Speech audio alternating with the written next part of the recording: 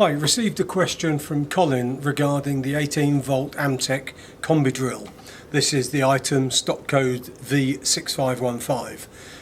The question was, Colin's undertaking a garden makeover at his property and is using sleepers, which I've got here, an 8x4 sleeper, and he's using 6-inch timber screws.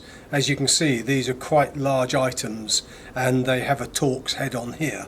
So just to show you, Colin, I've charged the battery. This is the 18 volt combi drill. I'll just insert it slowly. So I've just started the screw into the timber, just so you can see it engaged, and I'm now just going to show you how easy it is for the 18 volt combi drill to put this screw into the railway sleeper.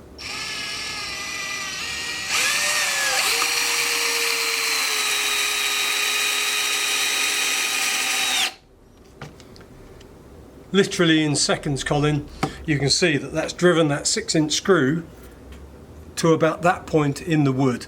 Okay, so the V6515 is a very useful combi drill to have around. So you've got 18 torque settings, you've got 2 speed, and you've got the lithium ion 18 volt drill 1.3 amp.